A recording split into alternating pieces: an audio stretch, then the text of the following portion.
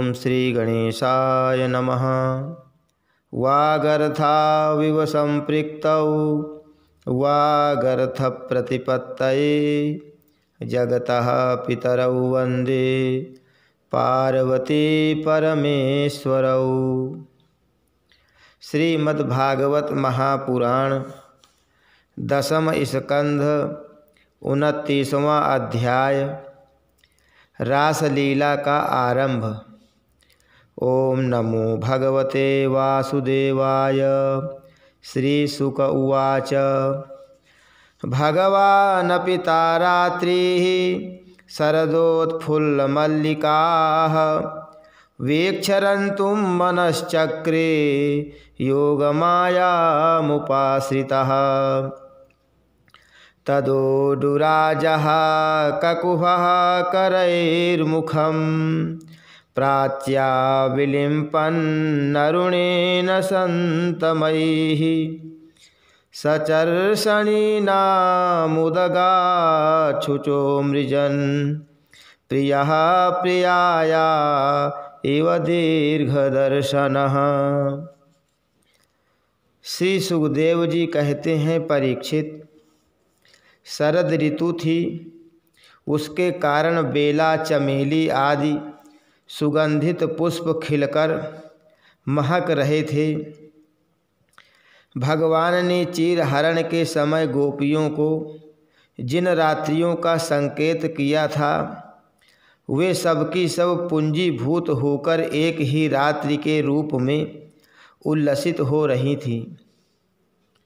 भगवान ने उन्हें देखा, देखकर दिव्य बनाया।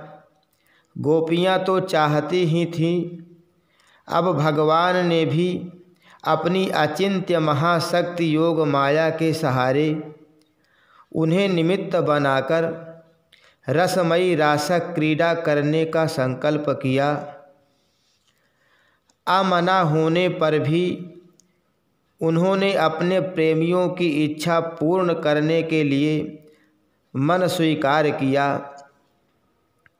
भगवान के संकल्प करते ही चंद्रदेव ने प्राची दिशा के मुखमंडल पर अपने शीतल किरण रूपी कर कमलों से लालिमा की रोली केसर मल दी। जैसे बहुत दिनों के बाद अपनी प्राणप्रिया पत्नी के पास आकर उसके प्रियतम पति ने उसे आनंदित करने के लिए ऐसा किया हो। इस प्रकार चंद्रदेव ने उदय होकर न केवल पूर्व दिशा का प्रत्युत संसार के समस्त चर अचर प्राणियों का संताप, जो दिन में शरतकालीन प्रखर सूर्य रश्मियों के कारण बढ़ गया था, दूर कर दिया। उस दिन चंद्रदेव का मंडल अखंड था। पूर्णिमा की रात्रि थी। वे नूतन केसर के समान लाल लाल हो रहे थे। कुछ संकोच मिश्रित अभिलाषा से युक्त जान पड़ते थे। उनका मुखमंडल लक्ष्मी जी के समान मालूम हो रहा था। उनकी कोमल किरणों से सारा वन अनुराग के रंग में रंग गया। वन के कोने कोने में उन्होंने अपनी चांदनी के द्वारा अमृत का समुद्र उड़ेल दिया था। भगवान श्री कृष्ण ने अपने दिव्य उज्ज्वल रस के उद्दीपन की पूरी सामग्री उन्हें और उस वन को देखकर अपनी बांसुरी पर ब्रज सुंदरियों के मन को हरण करने वाली काम बीज क्लीम की अस्पष्ट एवं मधुर तान छेड़ी। भगवान का वह वंशी वादन भगवान के प्रेम को, उनके मिलन की लालसा को अत्यंत उकसाने वाला, बढ़ाने वाला था।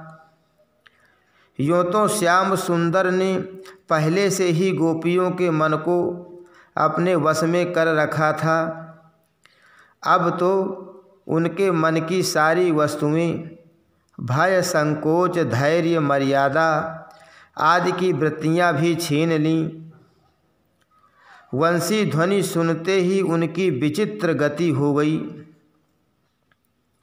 जिन्होंने एक साथ साधना की थी श्री कृष्ण को पति रूप में प्राप्त करने के लिए, वे गोपियां भी एक दूसरे को सूचना न देकर, यहाँ तक कि एक दूसरे से अपनी चेष्टा को छिपाकर जहाँ वे थे वहाँ के लिए चल पड़ी।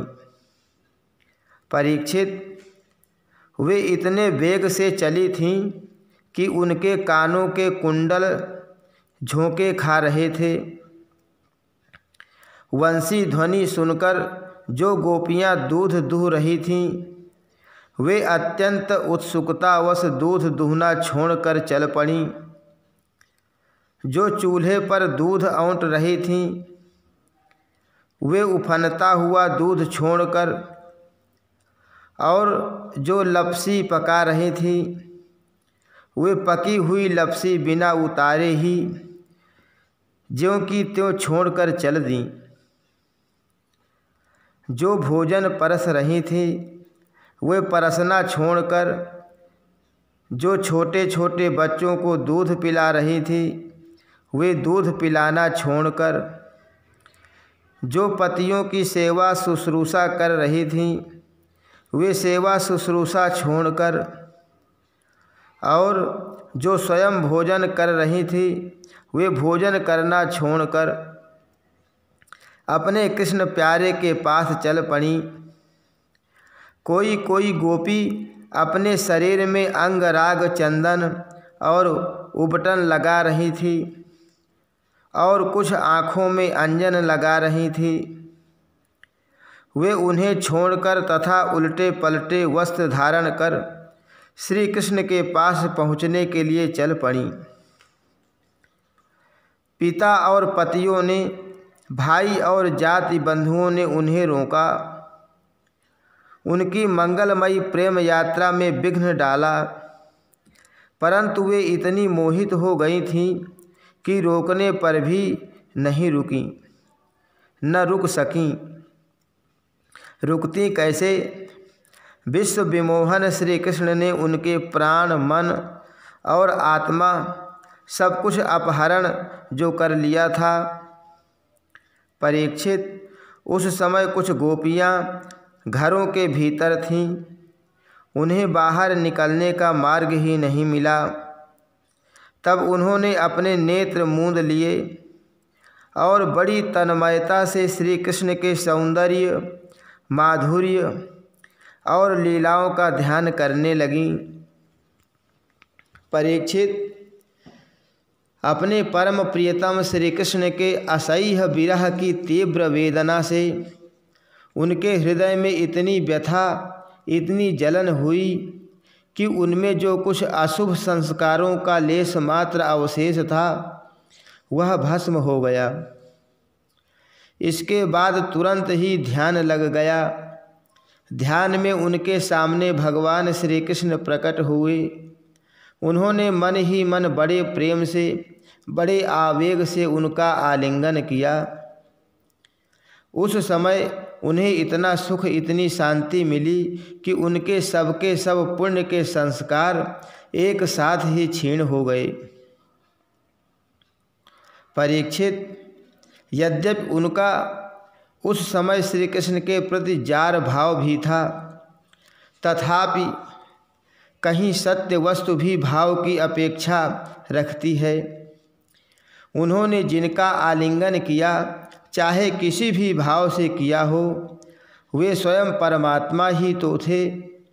इसलिए उन्होंने पाप और पुण्य रूप कर्म के परिणाम से बने हुए गुणमय शरीर का परित्याग कर दिया।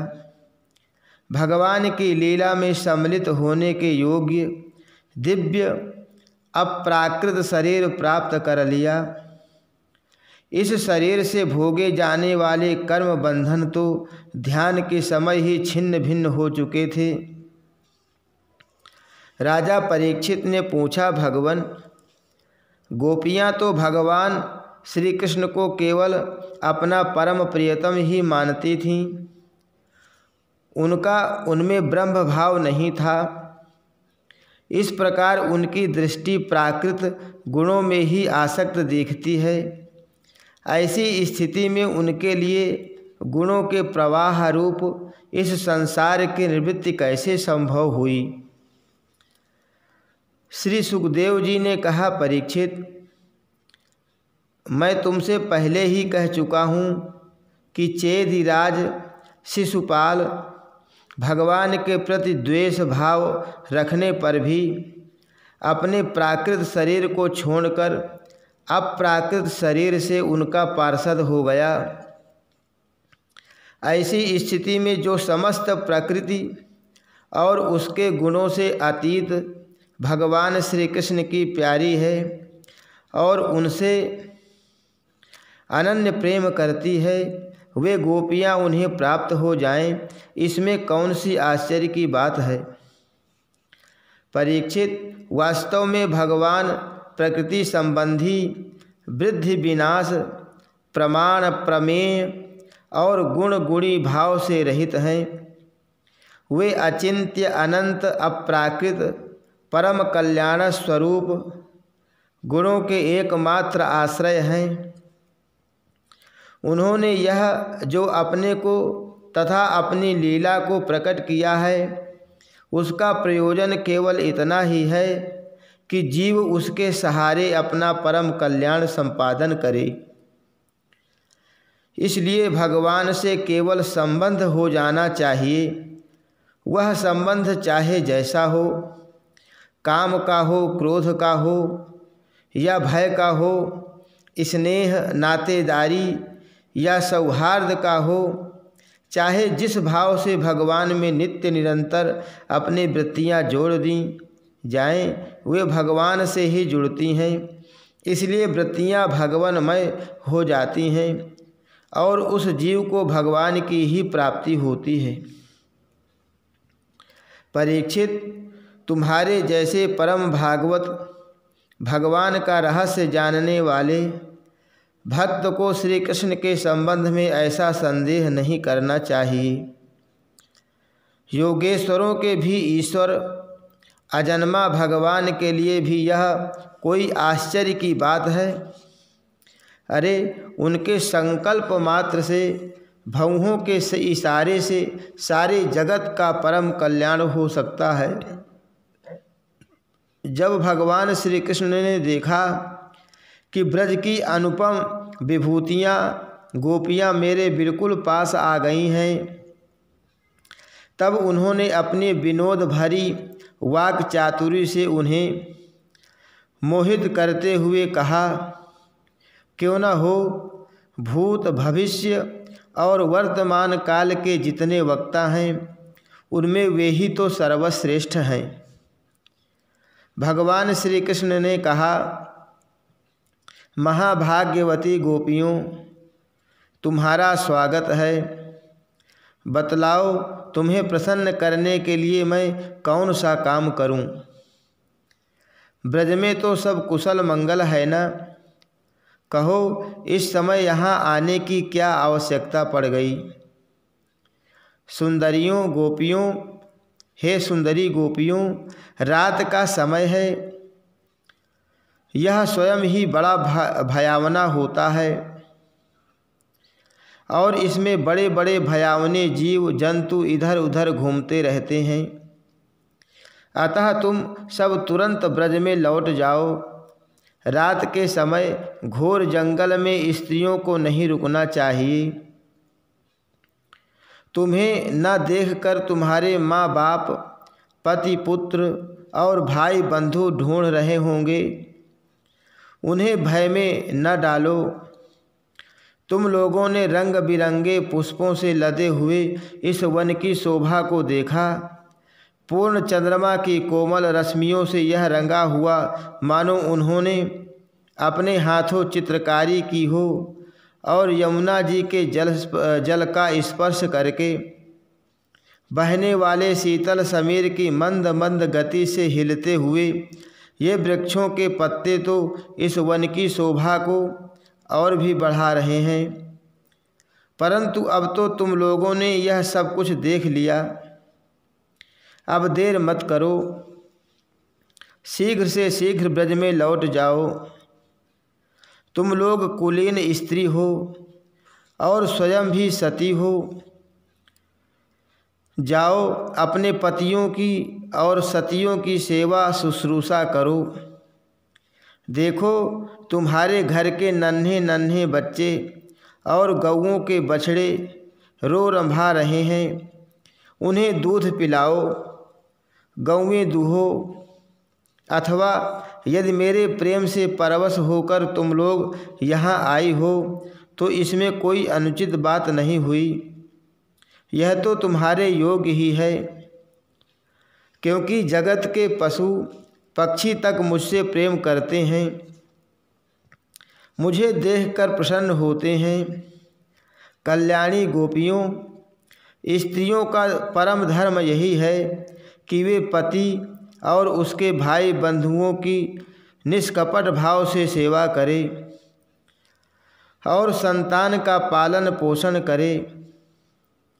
जिन स्त्रियों को उत्तम लोक प्राप्त करने की अभिलाषा हो, वे पातकी को छोड़कर और किसी भी प्रकार के पति का परित्याग न करे, भले ही वह बुरे स्वभाव वाला, भाग्यहीन, वृद्ध, मूर्ख, रोगी या निर्धन ही क्यों न हो। कुलीन स्त्रियों के लिए जार पुरुष की सेवा सब तरह से निंदनीय ही है। इससे उनका परलोक बिगड़ता है, स्वर्ग नहीं मिलता, इस लोक में अपयश होता है। यह कुकर्म स्वयं तो अत्यंत तुच्छ क्षणिक है ही, इसमें प्रत्यक्ष वर्तमान में भी कष्ट ही कष्ट है। मोक्ष आदि की तो बात ही कौन करे, यह साक्षात परम भय नरक आदि का हेतु है। गोपियों, मेरी लीला और गुणों के श्रवण से, रूप के दर्शन से, उन सब के कीर्तन और ध्यान से मेरे प्रति जैसे अनन्य प्रेम की प्राप्ति होती है, वैसे प्रेम की प्राप्ति पास रहने से नहीं होती। इसलिए तुम लोग अभी अपने अपने घर लौट जाओ। श्री सुखदेव जी कहते हैं, परीक्षित, भगवान श्री कृष्ण का यह अप्रिय भाषण सुनकर गोपियाँ उदास खिन्न हो गईं, उनकी आशा टूट गई। वे चिंता के अथाह एवं अपार समुद्र में डूबने उतराने लगीं। उनके बिंबा फल पके हुए कुंदरू के समान लाल लाल अधर शोक के कारण चलने वाली लंबी और गर्म सांस से सूख गए। उन्होंने अपने मुंह नीचे की ओर लटका लिए। वे पैर के नखों से धरती कुरेदने लगीं। नेत्रों से दुख के आंसू बह बहकर काजल के साथ वक्षस्थल पर पहुँचने और वहाँ लगी हुई केसर को धोने लगे। उनका हृदय दुख से इतना भर गया कि वे कुछ बोल नहीं सकीं, चुपचाप खड़ी रह गईं। गोपियों ने अपने प्यारे श्याम सुंदर के लिए सारी कामनाएं, सारे भोग छोड़ दिए थे। श्री कृष्ण में उनका अनन्य अनुराग, परम प्रेम था। जब उन्होंने अपने प्रियतम श्री कृष्ण की यह निष्ठुरता से भरी बात सुनी, जो बड़ी ही अप्रिय सी मालूम हो रही थी, तब उन्हें बड़ा दुख हुआ। आंखें रोते रोते लाल हो गईं, आंसुओं के मारे रुंध गईं। उन्होंने धीरज धारण करके अपने आँखों के आंसू पोंछे और फिर प्रणय कोप के कारण वे गदगद वाणी से कहने लगीं। गोपियों ने कहा, प्यारे श्री कृष्ण, तुम घट घट व्यापी हो, हमारे हृदय की बात जानते हो। तुम्हें इस प्रकार निष्ठुरता भरे वचन नहीं कहने चाहिए। हम सब कुछ छोड़कर केवल तुम्हारे चरणों में ही प्रेम करती हैं। इसमें संदेह नहीं कि तुम स्वतंत्र और हठीले हो। तुम पर हमारा कोई वश नहीं है। फिर भी तुम अपनी ओर से जैसे आदि पुरुष भगवान नारायण कृपा करके अपने मुमुक्षु भक्तों से प्रेम करते हैं, वैसे ही हमें स्वीकार कर लो। हमारा त्याग मत करो। प्यारे श्याम सुंदर, तुम सब धर्मों का रहस्य जानते हो। तुम्हारा यह कहना कि अपने पति पुत्र और भाई बंधुओं की सेवा करना ही स्त्रियों का स्वधर्म है, अक्षरशः ठीक है, परंतु इस उपदेश के अनुसार हमें तुम्हारी ही सेवा करनी चाहिए, क्योंकि तुम ही सब उपदेशों के पद चरम लक्ष्य हो, साक्षात भगवान हो। तुम ही समस्त शरीरधारियों के सुहृद हो, आत्मा हो और परम प्रियतम हो। आत्मज्ञान में निपुण महापुरुष तुमसे ही प्रेम करते हैं, क्योंकि तुम नित्य प्रिय एवं अपने ही आत्मा हो। अनित्य एवं दुखद पति पुत्रादि से क्या प्रयोजन है। हे परमेश्वर, इसलिए हम पर प्रसन्न हो, कृपा करो। कमल नयन, चिरकाल से तुम्हारे प्रति पाली पोसी आशा अभिलाषा की लहलहाती लता का छेदन मत करो। हे मनमोहन, अब तक हमारा चित्त घर के काम धंधों में लगता था, इसी से हमारे हाथ भी उनमें रमे हुए थे, परंतु तुमने हमारे देखते देखते हमारा वह चित्त लूट लिया। इसमें तुम्हें कोई कठिनाई भी नहीं उठानी पड़ी। तुम तो सुखद स्वरूप हो न, परंतु अब तो हमारी गति मति निराली ही हो गई है। हमारे ये पैर तुम्हारे चरण कमलों को छोड़कर एक पग भी हटने के लिए तैयार नहीं हैं, नहीं हट रहे हैं। फिर हम ब्रज में कैसे जाएं, और यदि वहाँ जाएं भी तो करें क्या। हे प्राण वल्लभ, हमारे प्यारे सखा, तुम्हारी मंद मंद मधुर मुस्कान, प्रेम भरी चितवन और मनोहर संगीत ने हमारे हृदय में तुम्हारे प्रेम और मिलन की आग धधका दी है। उसे तुम अपने अधरों की रसधारा से बुझा दो, नहीं तो प्रियतम, हम सच कहती हैं, तुम्हारी विरह व्यथा की आग से हम अपने अपने शरीर जला देंगी और ध्यान के द्वारा तुम्हारे चरण कमलों को प्राप्त करेंगी। प्यारे कमल नयन, तुम वनवासियों के प्यारे हो और वे भी तुमसे बहुत प्रेम करते हैं। इससे प्रायः तुम उन्हीं के पास रहते हो।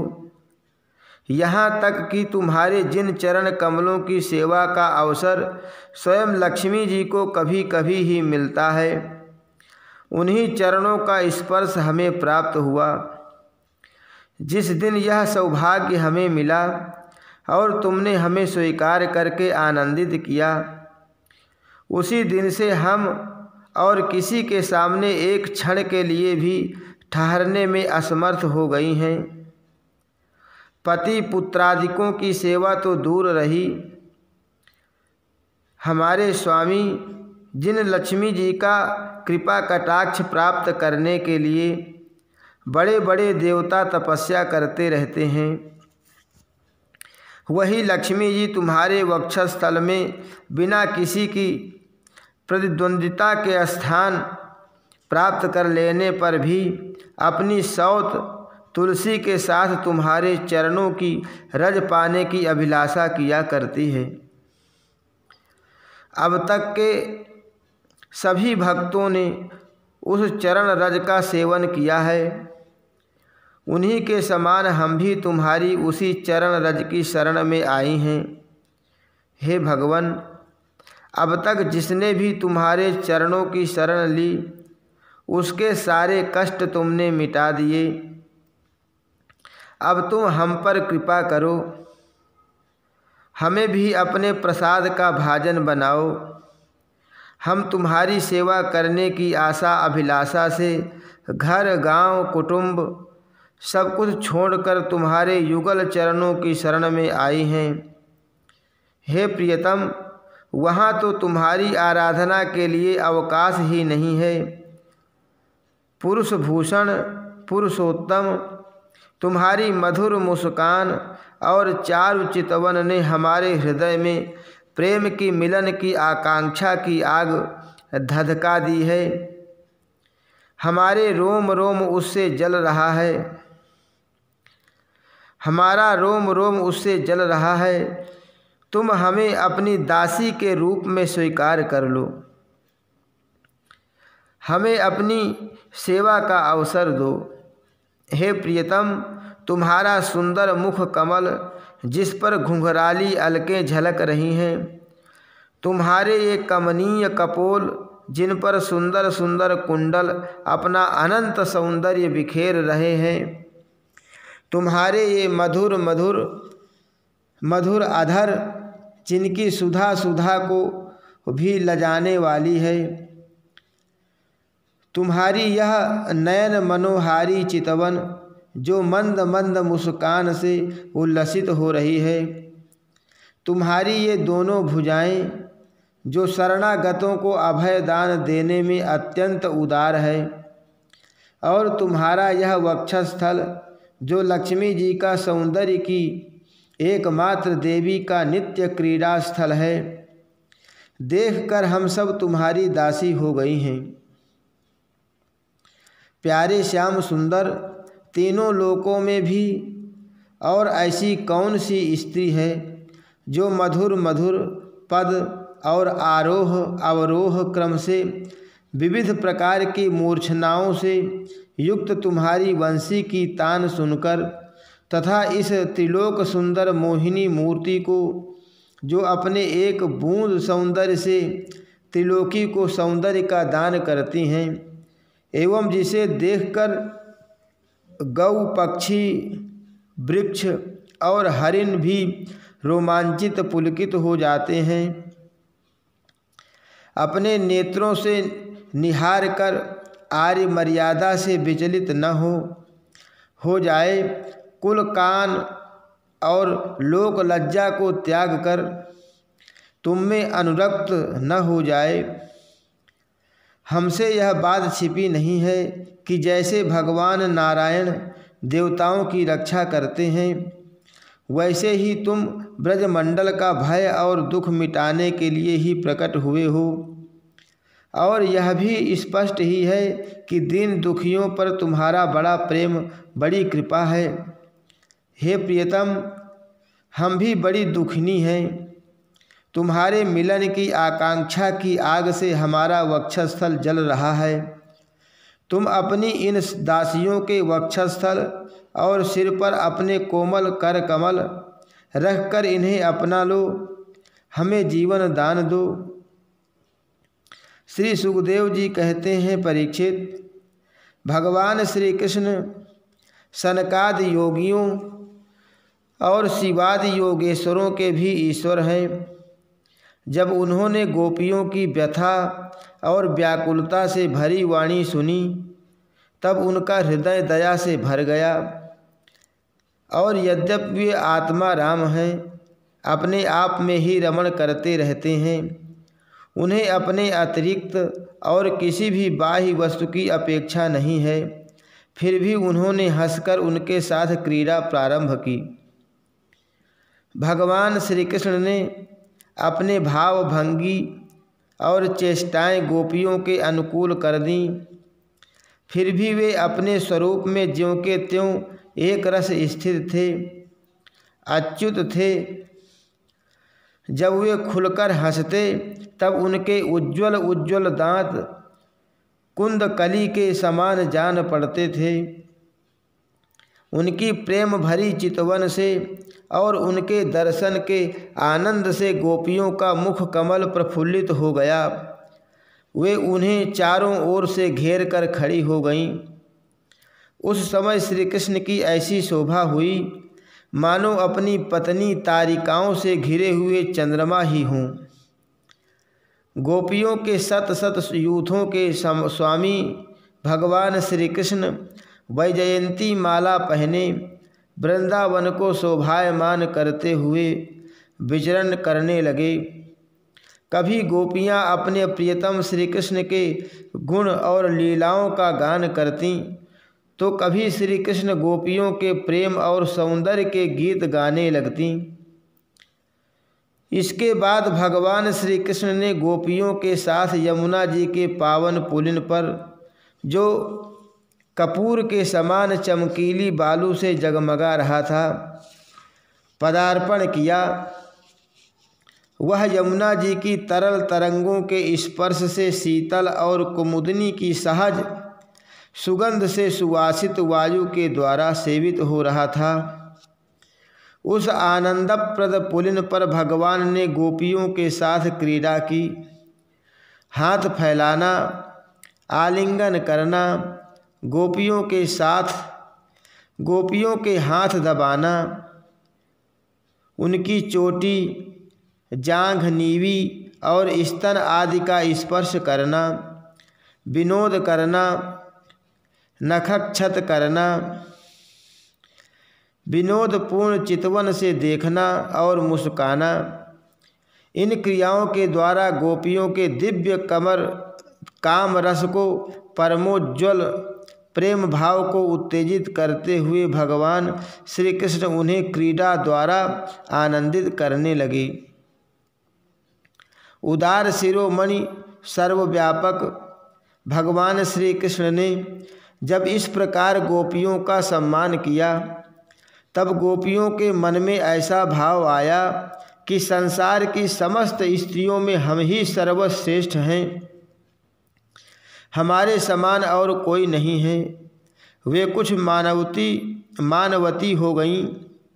जब भगवान ने देखा कि इन्हें तो अपने सुहाग का कुछ गर्व हो आया है और अब मान भी करने लगी हैं, तब वे उनका गर्व शांत करने के लिए तथा उनका मान दूर कर प्रसन्न करने के लिए वहीं उनके बीच में ही अंतर्धान हो गए। हरि शरणम। श्री कृष्णार्पणमस्तु।